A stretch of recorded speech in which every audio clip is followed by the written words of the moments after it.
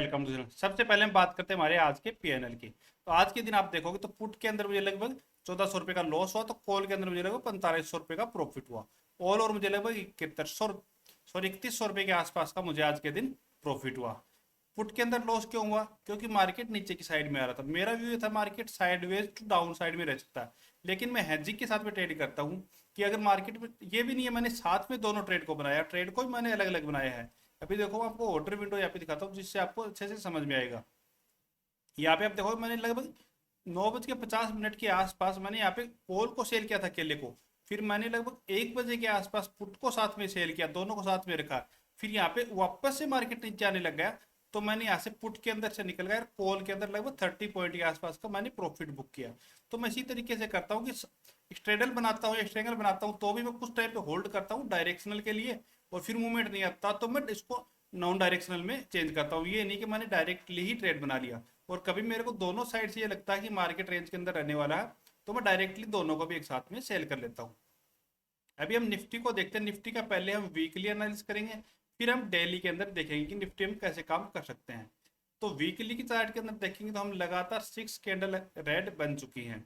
तो 6 candle red बनने के बाद में चांसेस यही है कि अब मार्केट के अंदर एक रेड कैंडल बनने के चांसेस बहुत कम है, क्योंकि लगातार 6 वीक से सेलिंग आ रही है। तो इस वीक में हो सकता है या तो कोई डोजी टाइप की कैंडल बना दे या फिर एक ग्रीन कैंडल बना दे, बुलिश कैंडल।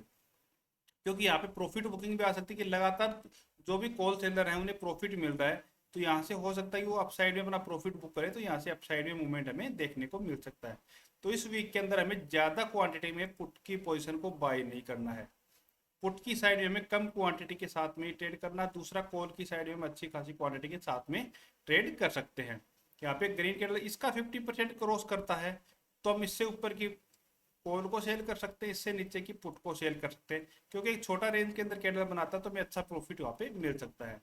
अभी चलो हम निफ्टी का 5 मिनट चार्ट के अंदर चलते हैं और वहाँ पे देखते हैं कि हम काम कैसे कर सकते हैं। कल के दिन मंडे को हमारा क्या क्या व्यू हो सकता है।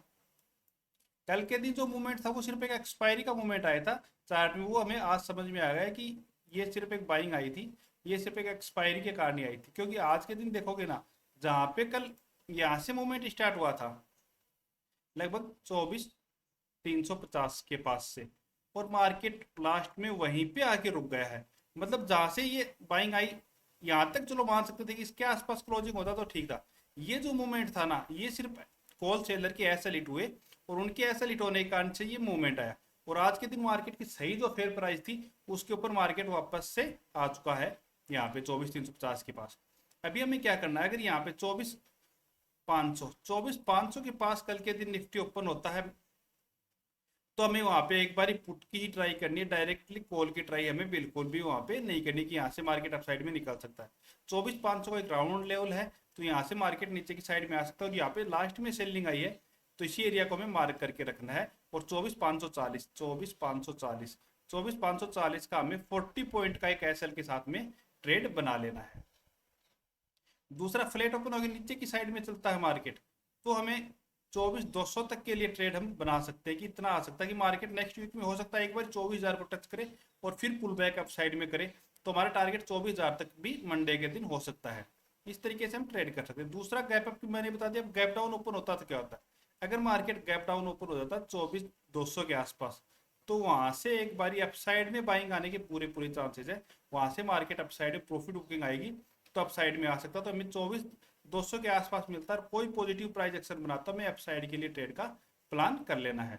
अभी हम बड़ा रेजिस्टेंस की बात है, क्योंकि नीचे की साइड में हम देखेंगे तो सपोर्ट नहीं है, सपोर्ट 24,350 का ही था, इसको ब्रेक करेगा तो मार्केट नीचे आएगा। अप साइड में हमारा 24,500 का रेजिस्टेंस है, 24,500 से निकलता हुआ है तो 24,600 का रेजिस्टेंस है। इस तरीके से रेजिस्टेंस अप साइड में बहुत है, तो इन रेजिस्टेंस को खाता हुआ मार्केट चलेगा। तो जब तक 600 या फिर 550 से ऊपर एक दिन की क्लोजिंग नहीं देता है मार्केट, तब तक हमारे लिए मार्केट थोड़ा नेगेटिव रहेगा। ये हमारा डेली वेज के हिसाब से व्यू है। अभी हम चलो ऑप्शन चैन को देख लेते हैं कि ऑप्शन चैन के हिसाब से हमारा व्यू क्या बनता है। यहाँ पे आप देखोगे कोर की साइड में बहुत ज्यादा सेलिंग हो रही है, ओआई देखोगे तो कोर का बहुत ज्यादा ओआई है। ये क्यों है? क्योंकि मार्केट में लगातार डाउन ट्रेंड है, और दूसरा न्यूज भी हमारी है वो नेगेटिव है। कल के दिन हमने देखा कि हमारा मार्केट अपसाइड में गया एक्सपायरी पे, वो क्यों गया? क्योंकि वहां पे है ना डीआई की बहुत ज़्यादा बाइंग थी, वो मैंने आपको चैनल के ऊपर भी डाला था, व्हाट्सएप चैनल के ऊपर, कि डीआई की बाइंग आई है, इस कारण से मार्केट अपसाइड में गया। तो आज उन्होंने नहीं की तो वो वापस से मार्केट वही प्राइस पे आ गया। तो यहाँ पे आप देखोगे 24,500 का ओआई बहुत है, तो 24,500 के पास कल ओपन होगा तो यहाँ से रेजिस्टेंस लेगा। चार्ट के ऊपर भी हमें रेजिस्टेंस दिखा रहा है और ऑप्शन चैन के ऊपर भी दिखा रहा है। नीचे की साइड में आप देखोगे तो कहीं पे कोई रेजिस्टेंस नहीं है, 24,000 का रेजिस्टेंस है।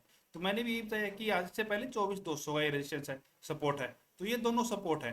तो यहाँ तक मार्केट अगले वीक में आ सकता है, क्योंकि यहाँ पे ओआई यहाँ पे बिल्ड हो रहा है, इधर 24,500 पे बिल्ड हो रहा है। तो नेक्स्ट एक्सपायरी हो सकता है इसके बीच में दोनों में हो जाए, या फिर थोड़ा बहुत अप डाउन मूवमेंट होता है तो बाद में थोड़ा चेंज भी हो सकता है। अभी चलो हम पीसीआर की वैल्यू और देख लेते हैं कि पीसीआर के हिसाब से हमें मार्केट क्या दिखा रहा है।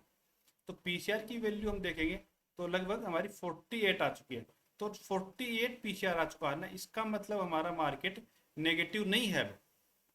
क्यों नहीं है? यहाँ पे बहुत ज्यादा कॉल सेल है, और बहुत ज्यादा कॉल सेल होती है ना तब मार्केट कम नेगेटिव होता है, क्योंकि वहां से कभी भी प्रॉफिट बुकिंग आ सकती है। और मैं आपको बोल रहा हूँ कल अगर मार्केट मंडे के दिन गैप डाउन ओपन होता तो वहां से शॉर्ट शॉर्ट आएगी, अपसाइड में पाएंगे। तो वहां पे हमें डायरेक्टली कॉल की साइड में ट्रेड बनाना, पुट की साइड में बिल्कुल भी नहीं बैठना है, मार्केट को अवॉइड ही करना है। अगर गैप अप ओपन होता है तो ही हमें पुट की साइड में ट्रेड करना, नहीं हमें ट्रेड बिल्कुल भी नहीं करना है। तो पीसीआर के हिसाब से हमारा मार्केट थोड़ा पॉजिटिव, ऑप्शन चेन चाहे नेगेटिव दिखाओ, लेकिन बहुत ज्यादा ऑप्शन चेन नेगेटिव दिखाती है ना, उसका मतलब ही वो कहीं से भी पॉजिटिव हो सकती है। अगर आपको वीडियो पसंद आए तो चैनल को सब्सक्राइब कीजिए। Okay, thank you.